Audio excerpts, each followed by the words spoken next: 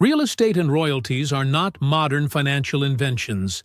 They are the ancient load-bearing walls of the Proverbs chapter 31 business model. Solomon did not write this text merely to describe a domestic ideal.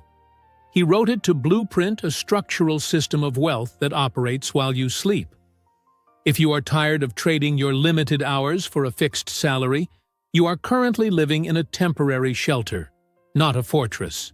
By the end of this recording, you will have the architectural plans to shift from a laborer who works for money into a builder who owns the system. There is a specific prayer for this builder's mindset, waiting for you at the conclusion. We must begin by demolishing a structural error in your thinking. For generations, culture has painted the woman of Proverbs chapter 31 as solely a figure of domestic servitude. You picture her baking bread or sewing clothes in the quiet of a home. This is a foundational crack in your understanding. When you analyze the text with the eyes of an architect, you do not see a frantic housewife. You see a real estate tycoon and a logistics expert. She is not merely keeping a home, she is building an empire. The text says she is like the merchant's ships. She brings her food from afar. Note the scale. She is not walking to the local market. She is managing a supply chain. Most people today are trapped in a structure that cannot hold weight. You trade time for money. This is a linear structure. If you stop working, the structure collapses. If you get sick, the income stops. If you take a month off, the walls fall down. This is why you feel anxiety. You know, deep in your spirit, that your financial house is built on sand. The Proverbs 31 model is different. It is built on assets. Look closely at Proverbs chapter 31, verse 16. The text says, "She considers a field and buys it. With the fruit of her hands, she plants a vineyard." This is the pivot point. She does not just work to spend. She works to acquire a capital asset. She buys the field. The field is the asset that produces the vineyard. The vineyard produces the wine. The wine produces the cash flow. Do you see the architecture? She is not the machine. She owns the machine. Stop trying to work harder within a broken system. You cannot hustle your way out of a bad blueprint. You must change the design. The world tells you to get a better job. Solomon tells you to buy a field. The world tells you to ask for a raise. Solomon tells you to plant a vineyard. One relies on the generosity of a boss. The other relies on the laws of harvest. Why do you hesitate to buy the field? Is it fear? Or is it a lack of knowledge? You have been trained to be a consumer, to inspect goods for purchase. You check the quality of a television or the comfort of a car. But you have not been trained to inspect an asset. You do not know how to evaluate the soil of the field.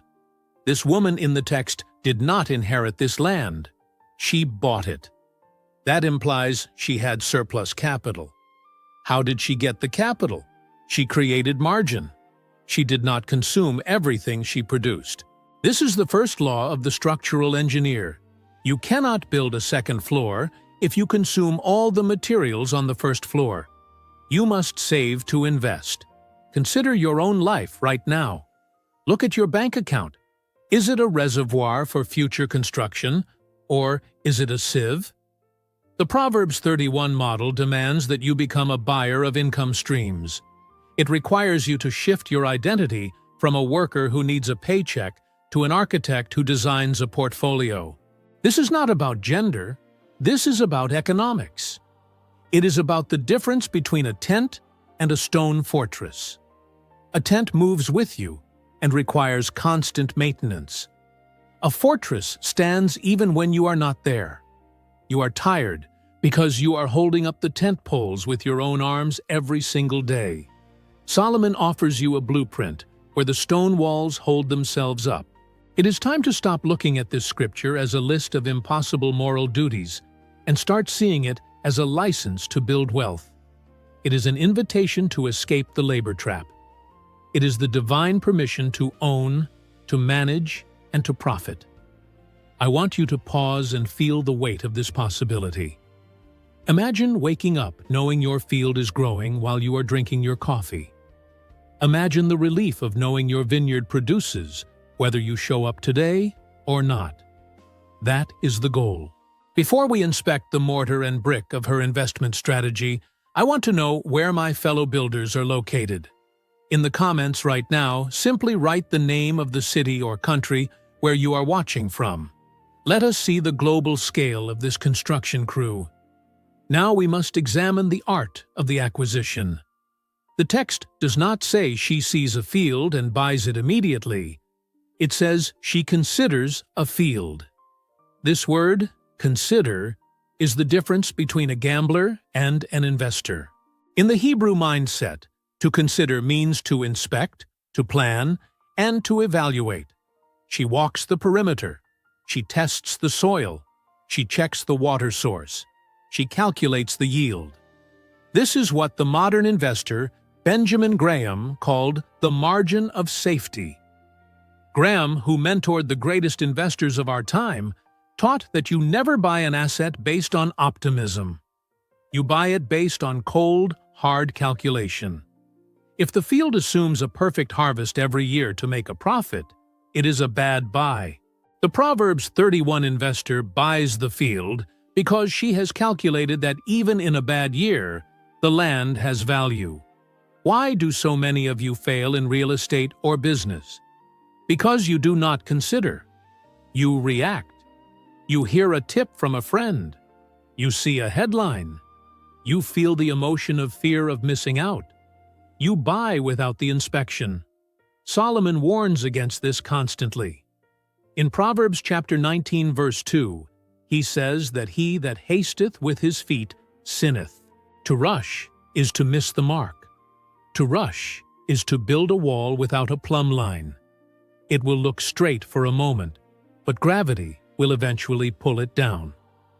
Real estate is the foundation mentioned here because land is the only asset that cannot be moved or destroyed.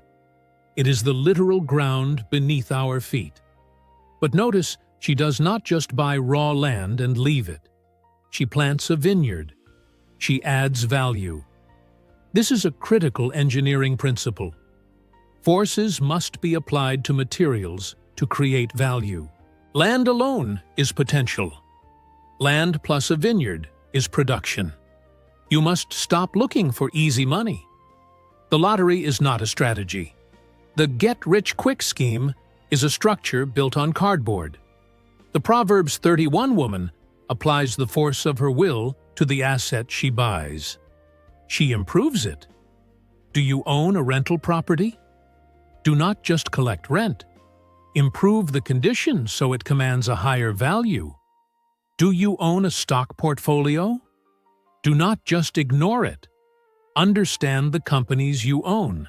Let us look at Proverbs chapter 31, verse 24. It says, "She maketh fine linen, and selleth it, and delivereth girdles unto the merchant."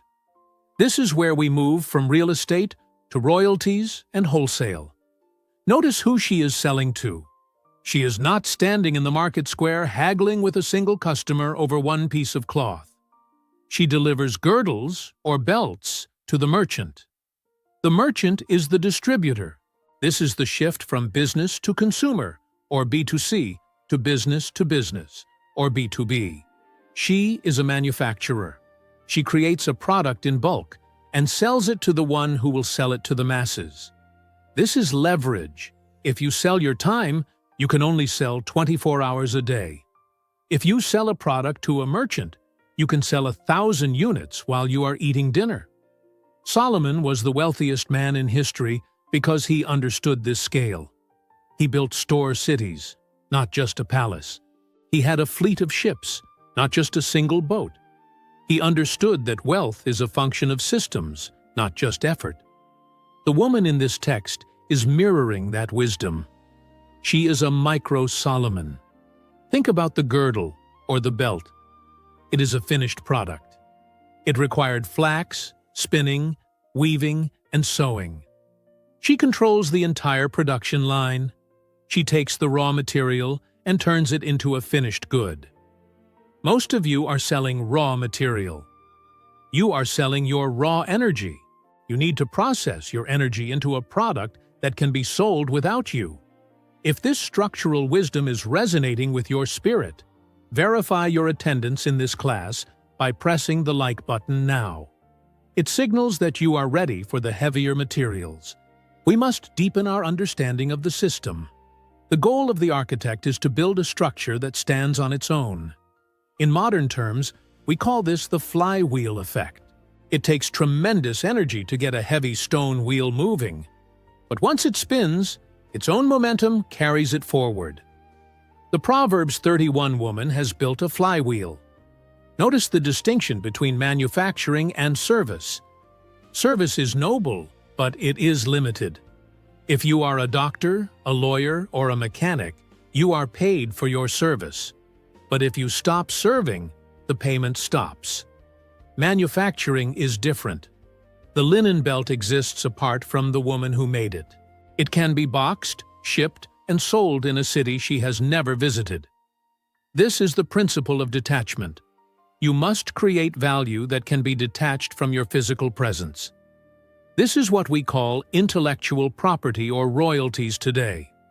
When she sells the girdles to the merchant, she is essentially setting up a royalty stream. The merchant does the work of selling. She gets paid for the creation. Sir John Templeton, a man of profound faith and financial wisdom, understood this. He sought value where others saw nothing. He did not follow the herd. He understood that the true investor looks for systems that are undervalued. The Proverbs 31 woman sees the flax as undervalued until it becomes linen. She sees the field as undervalued until it becomes a vineyard. She is an alchemist of value. But there is a warning here. You cannot build this system if you are obsessed with luxury.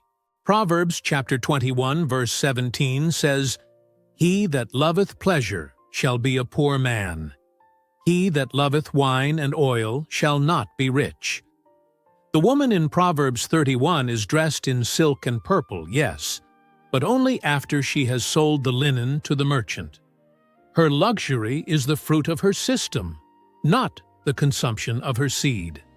Many of you eat your seed corn. You get a bonus and you buy a car.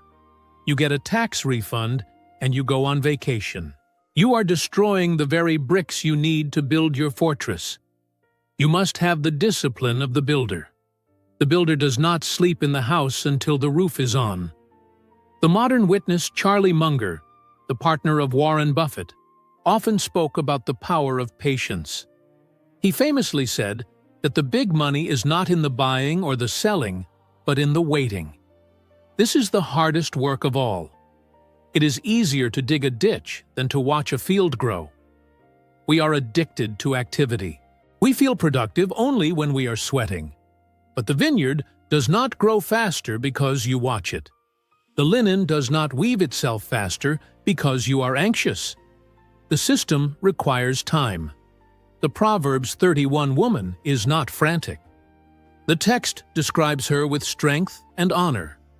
She is not worried about the snow for her household because she has prepared. She has built the walls thick enough to keep out the cold. You need to ask yourself, is your income dependent on your sweat? Or is it dependent on your system? If you broke your leg today, would your income break too? If the answer is yes, you are in danger. You are living in a tent in a hurricane zone. You must begin to lay the first stone of a new structure. It starts with the decision to keep a portion of what you earn and send it out to work for you. There is a mysterious verse in this text that reveals the ultimate secret of her wealth. Proverbs chapter 31 verse 18 says her candle goeth not out by night. For centuries, people thought this meant she never slept. They thought she was up all night working, sewing, and grinding. That is a foolish interpretation. If she never slept, she would be dead in a week. Solomon knew the value of rest. Psalm chapter 127 verse 2 says it is vain for you to rise up early, to sit up late, to eat the bread of sorrows. For so he giveth his beloved sleep. So, if she is sleeping, why is her candle still burning? Because her business is open even when her eyes are closed. The lamp is the symbol of activity. In the ancient world, if the light was on, work was happening. Her light does not go out because her systems, her vineyard, her merchants, her investments are working through the night. This is the definition of passive income. When you sleep, your money should be awake. When you are resting, your investments should be running a marathon. This is the principle of continuity. The virtuous woman has conquered the limitation of time. She has 24 hours like everyone else, but her assets give her the output of 1,000 hours. Sir John Templeton taught the principle of diversification. He invested globally because he knew that when the market in New York sleeps, the market in Tokyo is awake. He ensured that the sun never set on his portfolio. The Proverbs 31 woman practices this. She has a field, agriculture. She has merchandise, retail. She has tapestry, manufacturing. She is not relying on a single pillar to hold up the roof. If you have only one source of income, you do not have a building. You have a pole. And poles are easily knocked over. You must add pillars. You may start with your job, that is one pillar. Then you add a small rental property. Then you add a dividend stock. Then you create a digital product. Slowly, you build a Parthenon. This brings us to the spiritual law of stewardship. We often mistake stewardship for saving. We think a good steward just hoards what God gives. But remember the parable of the talents in Matthew chapter 25. The servant who dug a hole and hid the money was called wicked and slothful. The master expected growth. He expected a return on investment. God is the ultimate investor. He has invested life, breath, and talent into you. He expects a return. Managing God's portfolio means you are aggressive about growth, not out of greed, but out of responsibility. The Proverbs 31 woman is praised not because she saved pennies, but because she expanded her territory. She brought honor to her husband and her household through her economic expansion. You are a manager of divine resources. When you waste capital on frivolous things, you are embezzling from the master. When you fail to invest, you are burying the talent. The candle must not go out. The system must run. This is your duty. It is not about becoming rich for the sake of pride. It is about becoming a reservoir that can water others. You cannot help the poor if you are one of them. You must build the storehouse so you can open the gates in the time of famine. We have walked through the construction site. We have seen the blueprints. We know that the Proverbs 31 model is not about domestic confinement, but about economic liberation. We know that she considers before she buys. We know she utilizes the margin of safety. We know she moves from labor to leverage, selling to the merchant rather than the end user. And we know that her lamp burns at night because her assets are tireless. Charlie Munger said, "Sit on your ass." It sounds crude, but it is profound. Once you have bought the right field and planted the right vineyard, the most spiritual thing you can do is wait. Patience is a form of faith. It is trusting that the laws of nature and the laws of economics, which God ordained, will do their work. You do not pull up the vine every day to check the roots. You trust the soil. You must build your own system. It does not have to be a vineyard. It might be an online business. It might be a portfolio of index funds. It might be intellectual property. But the principles are immutable. Own the asset. Scale the distribution. Let the system work while you rest. This is the legacy of the wise.